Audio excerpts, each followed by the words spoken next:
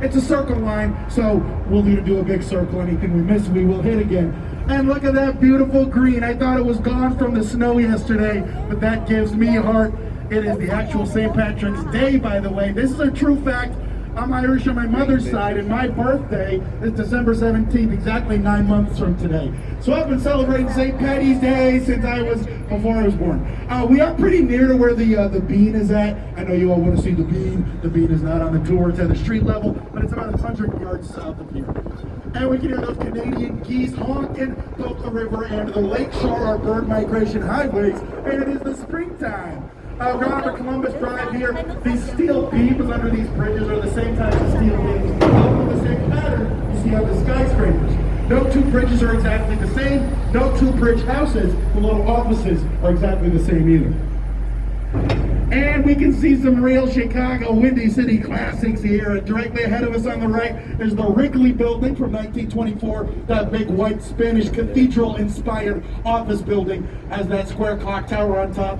And the clock tower tells the real time. Kids, ask your parents. That's how we used to tell time in the 1900s. And it says now 3:25. Thank you so much. Don't try that at home. Okay, so Wrigley makes gum, chewing gum, double mint gum, juicy fruit gum. They also paid for Wrigley Field, which is where the Cubbies played baseball on the north side.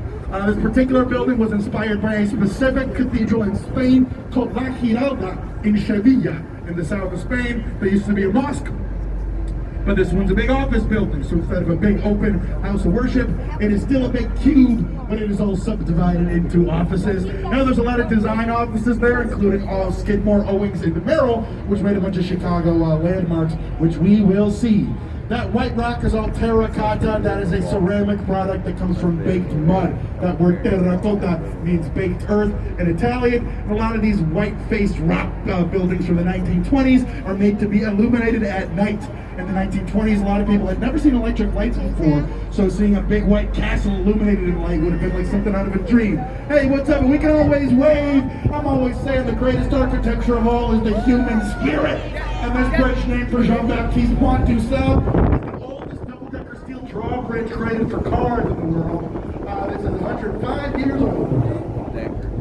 And now we're close enough to the Wrigley with that nice illuminated southern face to see all of those terracotta tiles that all would have been made in a mold.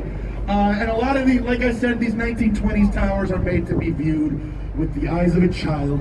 This neoclassical London Guarantee and Accident Building, that is an English insurance company. A lot of the very old money in Chicago, the oldest money, comes from London and New York. And in front of us on the left is the Jewelers Building from 1926. We got some nice plates coming off of the plate glass 2009 Trump International Hotel and Tower designed by Adrian Smith. Adrian Smith did this tower on our right was a Chicago architecture nerd. He was from Evanston, just north of here. He made this tower to look like a big mirrored ruler. Every one of these patios is the same height as a building in the neighborhood. First patio is the same height as the London House. The next patio is the same height as the, oh cool, we got some pipers. I'm not gonna compete with them. Let's just enjoy the sound of the Shannon Rovers. Are those Rovers? Howdy. Top of the morning, brother. Wow, bagpipes are also architecture. So wait, I was talking about, we're about to see Marina City here on the right, these corn cob towers, and on our left is the City of Beautiful movement. That's the name of that architectural style of that big old wedding cake with those 5 domed towers called the Jewelers Building. The 4 corner towers are all water towers, like you might see in West Side Story or in Harlem, New York. They have to be made of wood so they can absorb water, but these ones are very decorative. Javert and Dinkelberg are the architects. And now we're going under what's called State Street, as Frank Sinatra called it, that great street, where I just gotta say, they do things they don't do on Broadway. Hey. One of those things they do not do on Broadway is here on the right. Marina City, 1967, 867 feet tall, a heroic tribute to corn, the crop that makes life possible in this part of the world. This was made to be a city within a city in 1967. Bertrand Goldberg designed it, and this has its own a couple restaurants. Smell that beef right now, right? The marina, obviously. They got a bowling alley. They got a movie theater, which is now the House of Blues. Concert venue co-founded by Dan Aykroyd from the Blues Brothers. Hey, what's up, fellas? And people are enjoying the Riverwalk. The Riverwalk is our public park on the south bank of the main branch of the river. And you can see our beautiful public restroom over there. The Riverwalk was part of the Chicago Plan of 1907, drawn up a long time ago. We actually built it in 2015, so we've had the modern version for about 10 years. We love the Riverwalk. It is open all year round, although it is a little busier on nice weekends than it is in the dead of winter. It might be Monday afternoon, but people are still partying. We can see the Thompson Center back there under construction. That was a state building bought by Google. We'll see exactly what they do with it. But a lot of these open projects are exciting. So I don't know what they're going to look like. On the right is a 7-story 1914 warehouse called the Reed Murdoch Center. Those tiles are made to look like seeds and grass stalks. This might have been the prettiest food warehouse in the world in 1914, same year that poem came out. So Carl Sandburg might have been writing about some of the people building this. It's a nice example of adaptive reuse. It used to be a warehouse, and the city bought it in the 1950s, and now it's offices for companies like the Encyclopedia Britannica, whose name is above the clock tower. Adaptive reuse is what it's called when you change the purpose of a building in order to save the building itself. We're not going to see a lot of log cabins, but say a 100-year-old warehouse, you can easily turn that into apartments or offices. On the left is a big checkerboard-shaped building from the 1920s called the Builders Building. LaSalle Street is sort of like Chicago's Wall Street, so this was made by the construction industry near the center of the money to show them almost like a big menu what they could do with that money. So we got cheap pillars on the bottom, expensive pillars on the top, and the big sort of checkerboard graph paper thing of the Art Deco. On the right is the 1985 piece. You can really tell they're trying to match it. But even with like a Hollywood budget, you cannot imagine exactly even if you got the same rocks. Coming up on our right is the Merchandise Mart. In 1930, this was the biggest building in the world. 4 million square feet, developed by Marshall Field, but Marshall Field's department store as a warehouse of warehouses and a showroom of showrooms right here on top of the big spider web of train tracks that goes all over the country. This is an example of Art Deco style as well as Egyptomania, which is what it was called when rich people in America got obsessed with ancient Egypt in the 1920s. But in 1945, it was sold to a great Irish American. This is a true fact. Joseph Patrick Kennedy of Boston bought this thing off Marshall Field's hands in 1945. That same Kennedy family, yes, that Kennedy family owned the Merchandise Mart till the 90s. They sold the big building to Vornado, a New York company, but they held on to the parking lot. They had a feeling the parking lot was going to grow in value, and it sure did. Wow, this is a great photo too, and that's a Canadian goose. On the right, this is Wolf Point. Wolf Point is the name of this part of the river. We're the north branch on our right, meets the south branch of the main branch. Wolf Point is also the name of this development. These 3 blue towers on the right, developed between 2015 and 2019, designed by Cesar Pelli from Argentina. The Salesforce Tower is the tallest one in the middle. These ones kind of get a little bit purple towards the sunset. As the sun gets a little bit more red, these blue towers from the 21st century are very 21st century. They could not have made those in the 90s if they wanted to. So every decade you get a development of materials, techniques that sort of tell you exactly what you're looking at. On our left is the big wedge-shaped Nuveen Tower from 1983. This was the first green blue glass tower on the whole river. 1983, got some of that's a soap company.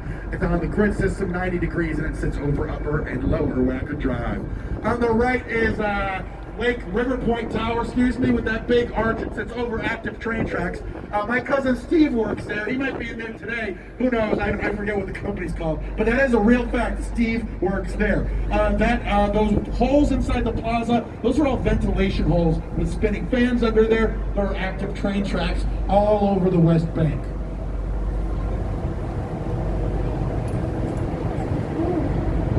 On our right is 150 North Riverside. This one's on a Y-shaped foundation with that overhang, so those skinny spots. My favorite thing about the design of this building is myself. Check me out. You can see me in my beautiful prison jacket, and you can wave at yourself too. Sometimes people on the banks wave back, but your reflection's always going to wave back. In the big city, you are your own best friend. This thing's also got something really cool called slosh dampers. Massive tanks of water near the top of the building. I'm talking hundreds of thousands of gallons flowing freely. So when the wind sends the building swaying in one direction, the water goes the other direction, thereby stabilizing it. A lot of these super talls are a little bit bouncy, just like the benches you're on. They're stronger than they would be if they were totally rigid. On the right is this big silver graph paper Boeing Tower. Boeing is not a Chicago company. That's a Seattle company. I can take no credit for their successes or their failures. And they're not even here anymore. They moved to Virginia. This is the old Morton's Salt Building. If you look at the top of the lobby and the top of the roof, they made it look like a big salt shaker. They were being funny. If the architect is trying to be funny, and it might be in the 1990s. That was a very sort of a fun decade for us. The Bulls were winning. Morton's Salt does still exist, but they're in 150 North Riverside. It's fun to build your own tower, but it's expensive. It's a little bit cheaper to go to somebody else's tower. Washington Boulevard here at the end of Washington Boulevard at Ashland Street is Old St. Pat's. That's my mother's church. They got a big statue in front of James Connolly, the great Irish patriot shot at the Easter Rising of 1914. And now this is what I call the Valley of the Pharaohs. We got two massive 1929 Egyptian-inspired temples of commerce that could only have been built in 1929. We were not making these in the 30s, 40s, 50s, 60s, 70s, 80s, and 90s. To North Riverside on the right is the old Chicago Daily News building. Colonel Sandberg, the poet, worked here for a little bit. 1929 Indiana limestone, the same rock you might find on the front of the Empire State Building. Those flat carvings, those sculptures tell the story of the written word, from cave walls to hieroglyphics to the age of Johann Gutenberg and beyond. This was the final office building we made before the Great Depression. 1930s, the Great Depression made no office buildings. 1940s, there was a World War. 1950s, we started making these things on the right. Black box modernism. These next two towers are nice examples of the main post-war office building style. Steel plus glass plus nothing. This level of simplicity was not possible before World War II. It was after. The style was pioneered by a German guy named Ludwig Mies van der Rohe from the Bauhaus School. He fled Hitler's Germany and wound up at the Illinois Institute of Technology. He realized even successful companies, they did not want to, pay for stone medieval sculptures. They just wanted a box of boxes near the train station, and that's what he gave to them. You probably got some black box modernism. Where you're from? And the nearness to the train station, you can't get much better than these. This is Gateway Plaza, the name of these four buildings that are all on the West Bank there. And they're over active train tracks at the river level where we are passing those double-decker silver metro trains which go to the suburbs. 2.5 million people live in the city, 7.5 million people live in the suburbs. Those metro trains go to those burbs, and the Amtrak trains go from city to city. And then there on the right between the taller buildings, you can see the actual train station with that limestone with those nice window glints on there. Also 1920s, also Art Deco, also Chicago's front and back door for most of our lives.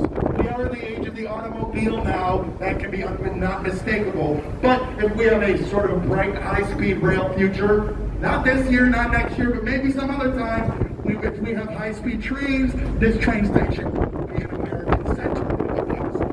This white box here is the 1970s progression of the black box modernism style. White box, white box are the 1970s, what can I say? Same thing as this one, plus those bits. And then that smaller black box has the bakery and the gym in there.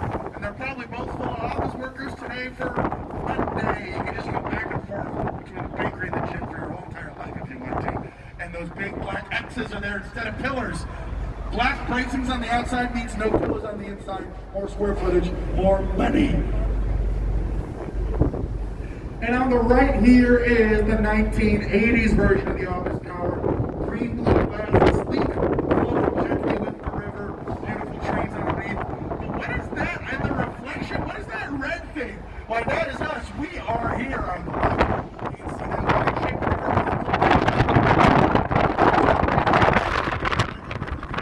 This building, a little bump on the left of it, well, that's the right.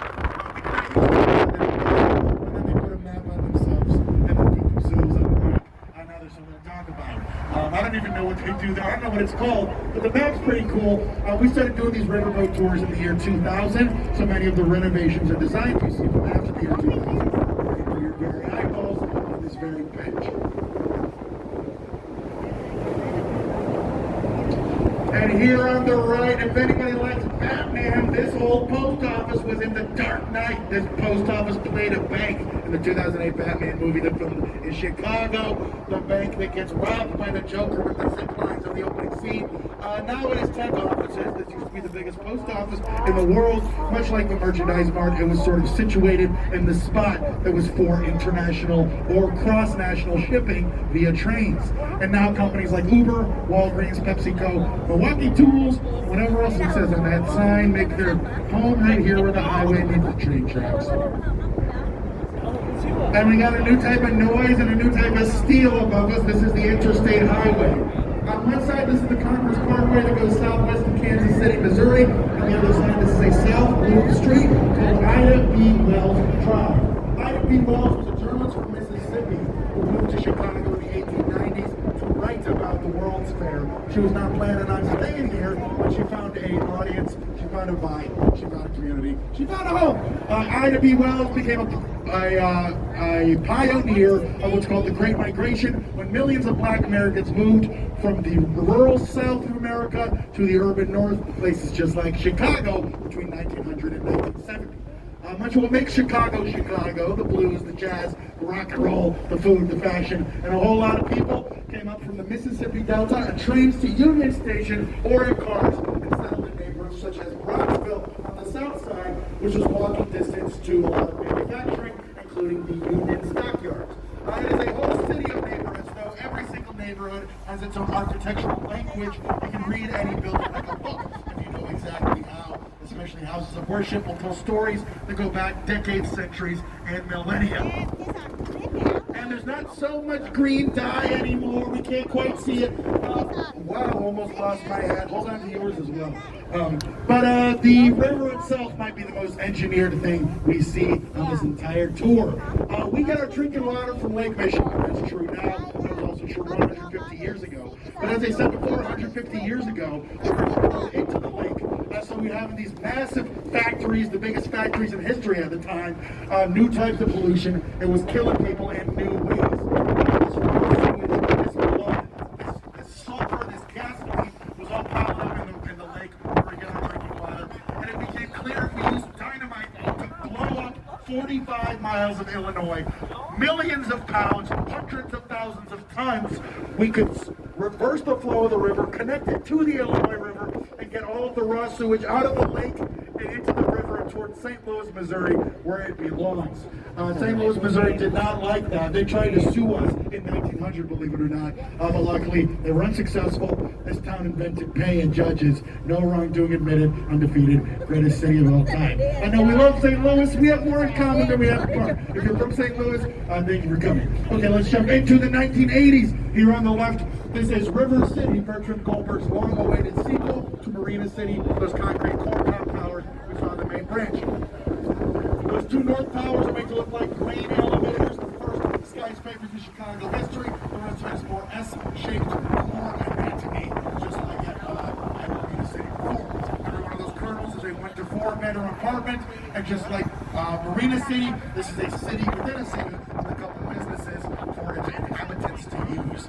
The original design on this thing was going to be way down to Roosevelt Boulevard, that bridge in front of us, with multiple corn-top towers and hundreds of thousands of people living there in a Star Trek-style city of the future. This was a very ambitious design, and I do love that architecture can be that ambitious. It can be even utopian. Goldberg was basically designing his ideal society and putting them all in these funny little buildings, but that doesn't mean that it didn't get funded. It did get funded. The reason the whole thing didn't get funded wasn't because it was stupid. It was just because nobody lived here yet. They didn't think it was going to make money. But all these buildings are residential. So Goldberg was right about that thing. But these were all train yards during Chicago's train era. So it's a lot of buildings that are younger than 50 years. And then beautifully lit today in front of us on the right. Folks, I'm not that hard to please when it comes to buildings.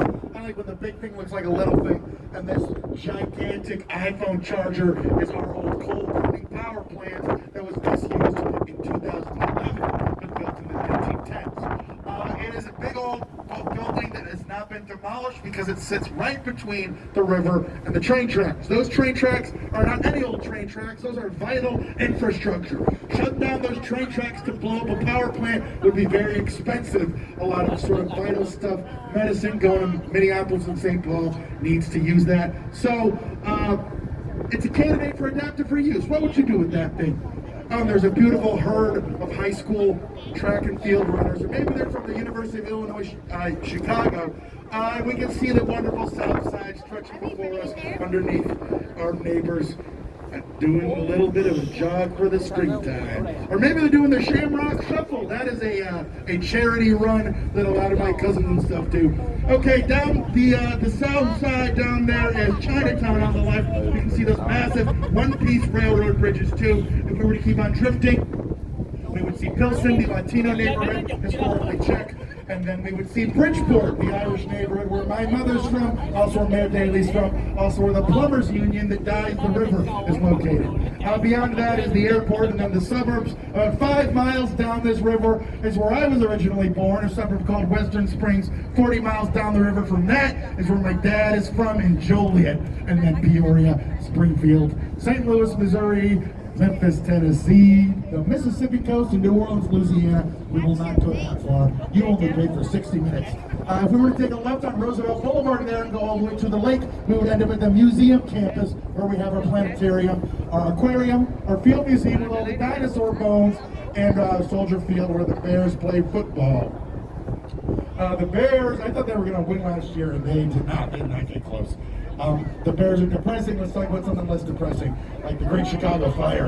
On our left, there are 2 Canadian geese. Above them, there's a DSW shoe warehouse with a radio tower behind it. The radio tower is the home of the Chicago Fire Academy, which was deliberately built on the site of where Mrs. Catherine O'Leary lived. One of the most ill-spoken of innocent Irish women in the history of the United States. She did not start the fire. She got the blame for starting the fire because she was a vulnerable immigrant. People blamed her cow, because it's funny to blame a cow for mass murder. I would blame the city planners themselves for the fact that we had none. This was a wooden city on a prairie. The prairie burns down every year. The 1870s Chicago was very different than this one. It was a wooden town. It was a cowboy town. This was the largest lumber market in the world, the largest cow market, largest pig market, largest corn market, and the largest grain market on the planet.